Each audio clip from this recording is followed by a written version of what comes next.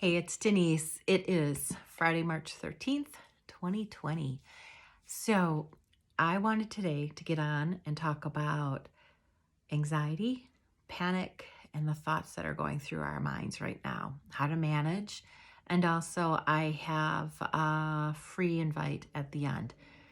So, we are in a national emergency in the United States that was just declared today. And the stores are absolutely insane. The lines are super long. The shelves are getting empty.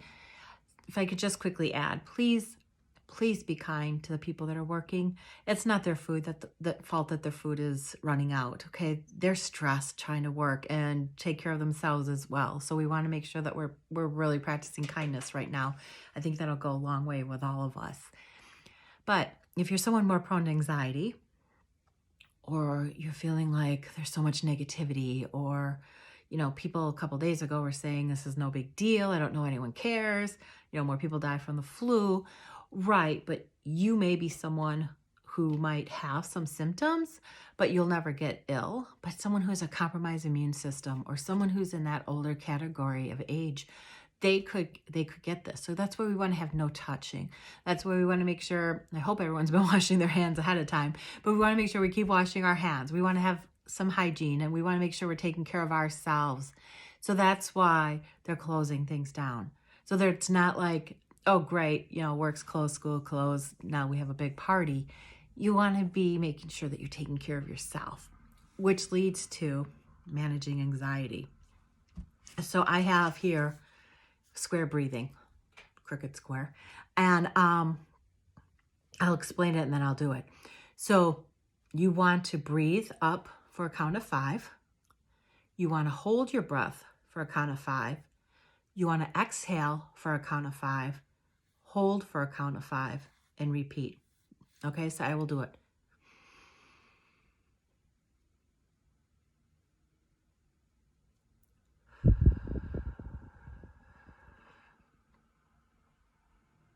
Okay, and you just want to keep repeating it. So breathe in for 5, hold for 5, exhale for 5, hold for 5. It calms down our parasympathetic nervous system. You can also do deep breathing, belly breathing, diaphragmatic, where you breathe in,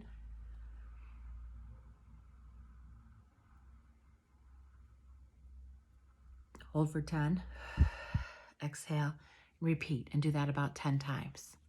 Another anxiety trick to do to help you stay focused, to help you stay more grounded, especially if you're feeling like you're like, is 5 senses. So what do you taste right now? Maybe pop in a mint at that time, right? Because that will help you kind of come like, okay, be more cognizant of what's going on at the moment. Touch, right? I'm touching my desk. It's smooth and it's cool. Right? Also, what can I see? So find a picture, something that you can focus on for sight. What do I hear? A car just drove by, so I heard the sound of the car. And then smell. Is there any scent that you smell? This might be a nice time if you have I love lavender, but essential oil, just take a sniff of that, or put on some hand lotion, that's pretty smelling hand lotion, or if you have a candle lit nearby. Right, so use your 5 senses to kind of go through and track what you can find for each of the 5, and that will help ground you. Another exercise I'd recommend doing, especially if you're finding that you're home more and you're feeling isolative, or your brain has all these thoughts swirling around, is get out a journal, notebook, whatever, and just write it all out. Do a purge. However, what I want you to do next, because what I've learned, people tend to go back and reread those, and it's all negative and it's all muck, and they reread and reread and reread, and it kind of keeps it stuck in their head. So it doesn't really help. So go back and reread it, but now with another notebook, another piece of paper, counter everything with a different color ink. Why? Because you're going to say that's a lot of work. But it's going to help you tease out some of these distortions. It's going to help you tease out some of the anxiety that's a little bit more anxious than what normal anxiety for you might be. It's going to help deter some of the panic you might be feeling. Speaking of panic, social media, okay? So it might be good for you to be connected with friends, either if you have a group chat or texting or whatever. But right now is not the time. If you're someone more prone to getting anxious or worrying, now's not the time to be watching nonstop news channels or being on Facebook nonstop or any other of the other social medias. You're going to be bombarded with a lot of information. A lot of it isn't correct, and it's just going to help gear you up. And right now, we don't want you geared up. We want you to figure out how to calm down. So monitor the amount of time you're spending on social media, also Twitter. That can be really negative sometimes too. If you need to know what's going on, find a reputable news source and check in. You don't need to have it on 24/7, but you can check into it. One of the things, NBC.com, I think it's backslash coronavirus, they said they're doing updates as needed. So that might be a place that you can go and look for information if you feel like you need it. Another thing is, if you are home more longer than you've been before, or you find you have nowhere to go really because so many things have been shut down, you know what? Come up with a daily routine. Find something that you can do so you have a schedule. You'll find that you operate better when we have a schedule. It doesn't have to be a really super tight schedule, like from 8 to 8:15, 8:15 to 8:30, but come up with, in the morning, I'm going to do a meditation. I'm going to stretch. I'm going to eat breakfast. I'm going to then whatever. If you're working from home or have your classwork from home, your schoolwork, you can do it then, right? And then how are you going to wind down? You want to get off your electronics an hour to 2 hours before bed, so that can help with brain waves so that you'll be able to sleep, because we want to make sure we're getting restful sleep. You want to stay hydrated. This is a note for anyone who's in any kind of recovery. This is not the time to give yourself an excuse to give up your recovery. I mean, it's your choice. You can. However, I don't recommend it. This is a time really to hone in on taking care of yourself and how you can best take care of yourself when things are a little wacky. And so I hope you'll use this as a good time for you.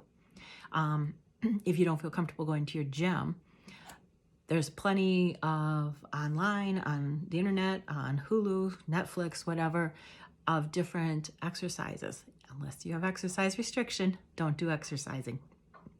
But that way it'll help you feel conditioned. You'll feel, your body can get moving. Or have a dance party. And if there's more than just you at home, that's great. You can all have a set time that you do a dance party. And then, I feel like a tickle, sorry. And then you can have, that'll help increase your endorphins, but it'll also change your tone, right? If you have fun music, you're more lighthearted.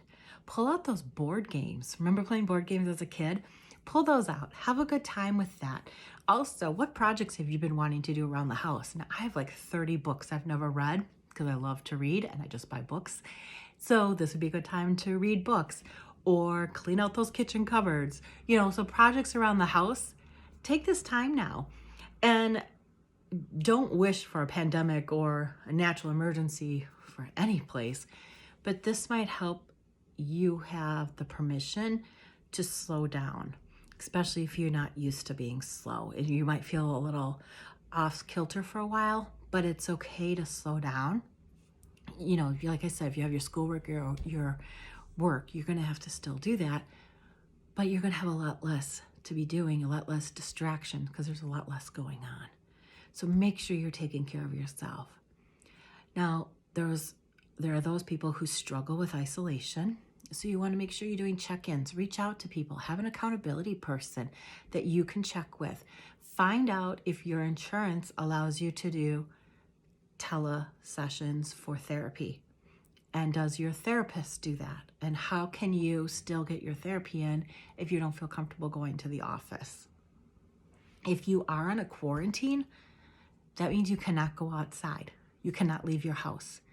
Now, if you're not on quarantine, if you're just kind of doing social distancing and taking care of yourself, you might be able to go for a walk around your neighborhood. But if you're quarantined, do not leave your house.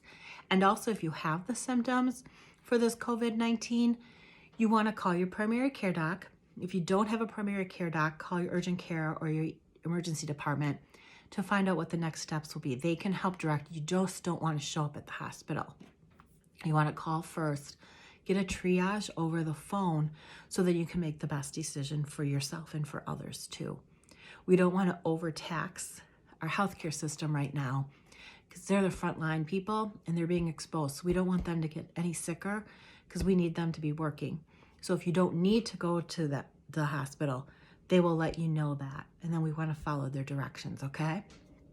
Each city, each state is also doing different things for their residents. So find out what your local area is doing, what their recommendations are. I know in Illinois, I think no gatherings of 1,000 people. That was just the other day. It might be even less now, because I know like the Art Institute, the Shedd Aquarium, all those places, the zoos have all closed right now too. So you just want to be precautious and take care of yourself. Lastly, I have a Facebook group, and it's a self-care group, and I'll put it down here below in the link. But it's open for you if you want to, if you feel like you want to be connected, if you want a place to go to. What I've been doing is, it's a relatively newer group, and I will change up the format right now so that I will like post tips on how to not isolate, or tips on how to manage anxiety and other self-care that we can do. So if you wish to join that, please feel free to. It's like I said, it is free and I welcome you. It might provide you a safe place and a sense of a community that is healthy, even if you feel like you're kind of isolated or more on your own. Now I've got a tickle. I have to go drink my water here before I start coughing, but I just wanted to say thank you. We will be okay. Let's just take care of ourselves and reach out. Okay, DM me, email me, comment below. You're not alone in this. You're okay.